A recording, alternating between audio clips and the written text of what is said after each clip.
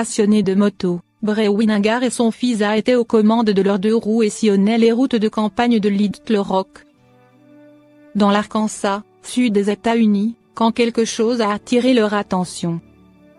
C'était une caisse de transport abandonnée au milieu de la végétation. Quand ils s'en sont approchés, ils ont constaté que le toit était en partie rongé.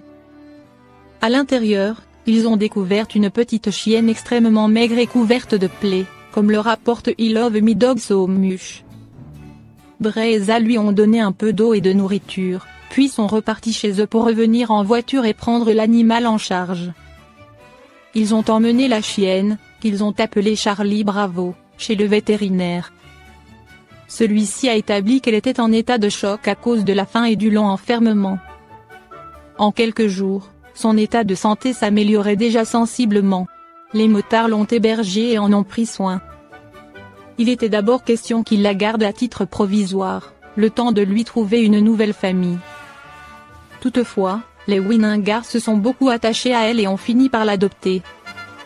Charlie Bravo est ainsi devenu le 4e chien de la famille, ses 3 aînés ayant, eux aussi, été secourus.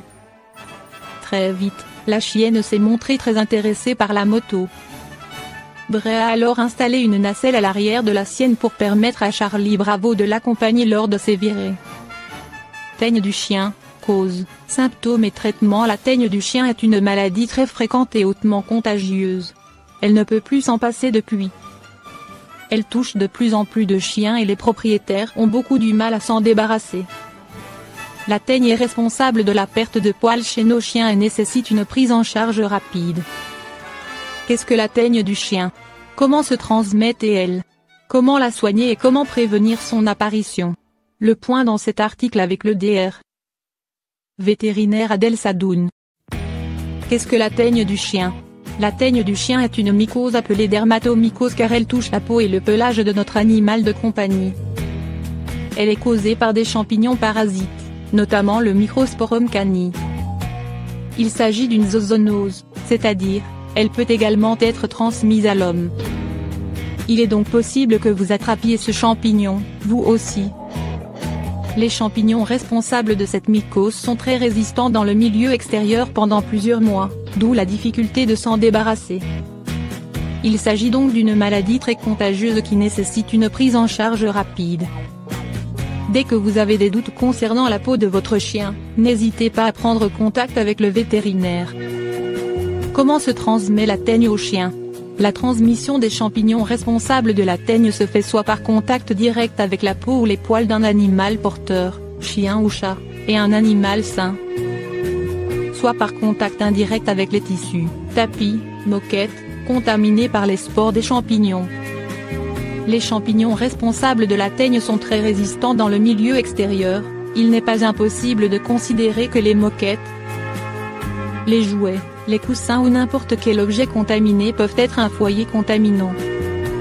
Il est utile de savoir que la teigne est beaucoup plus fréquente chez le chat que chez le chien, il est donc intéressant de penser à la teigne chez des chiens qui vivent avec des chats. Soupçonner la teigne est d'autant plus difficile que dans certains cas, les chiens atteints de teigne peuvent être asymptomatiques. Les symptômes de la teigne chez le chien. Les symptômes de la teigne chez le chien peuvent varier en fonction de chaque animal.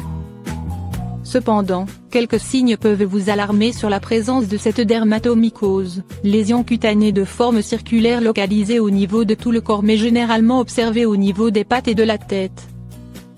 Présence de squames ou de croûtes sur la peau, poils cassés, les zones touchées sont enflammées, dépilation plus ou moins diffuse, alopécie chez les chiens à poils courts, lésions cutanées suppurées. Il est utile de souligner que sauf dans de cas rares, la teigne ne provoque pas de démangeaison, ce qui pourrait aider pour orienter le diagnostic. Prurigineuse et suintante, dans de rares cas. Comme mentionné ci-dessus, dans certains cas rares, le chien atteint de teigne peut être asymptomatique même s'il reste contagieux. Les chiens de race Yorkshire sont les chiens les plus prédisposés à cette maladie cutanée. La teigne peut toucher rapidement tout leur corps. Traitement de la teigne chez le chien. Le traitement de la teigne chez le chien peut s'avérer difficile notamment en raison de la résistance du champignon dans le milieu extérieur, sa haute contagiosité et la tendance de certains sujets à être des porteurs asymptomatiques. Le traitement consiste à éliminer le champignon par l'administration de médicaments locaux ou systémiques qui ont pour but d'éliminer le champignon. En règle générale, le traitement de la teigne correspond à l'application d'une lotion topique accompagnée de l'administration de comprimés antifongiques. La durée du traitement peut varier entre 4 à 6 semaines et peut aller jusqu'à 6 mois dans certains cas. Dans certains cas, la tonte du pelage du chien est recommandée, en particulier pour les chiens à poils longs. Le traitement médicamenteux doit être accompagné d'un nettoyage strict et général du domicile pour éliminer tous les débris de poils ou de peau ainsi que les objets contaminés par les champignons. Il est utile de souligner que le traitement de la teigne est un traitement de longue haleine qui nécessite un suivi strict. Dans tous les cas, il est très important d'emmener le chien chez le vétérinaire dès que vous avez un doute concernant sa peau. Seul le vétérinaire pourra diagnostiquer la teigne chez votre chien. Teigne chez le chien, prévention. Il n'est pas évident de prévenir la teigne chez le chien car il est quasi impossible d'empêcher son chien de croiser un autre animal contaminé. La prévention de la teigne chez le chien consiste donc en un suivi et un contrôle régulier de sa peau, de son pelage et de ses griffes, surtout s'il s'agit d'un porteur asymptomatique. De plus, le maintien d'une hygiène irréprochable au sein du domicile est nécessaire pour éviter la contamination par les champignons responsables de la teigne. Ainsi, une pulvérisation régulière avec un antifongique peut s'avérer une solution intéressante. D'autre part, dans le cas de l'arrivée d'un nouvel animal à la maison, la mise en quarantaine doit être respectée pour éviter tout contact avec les animaux de la maison.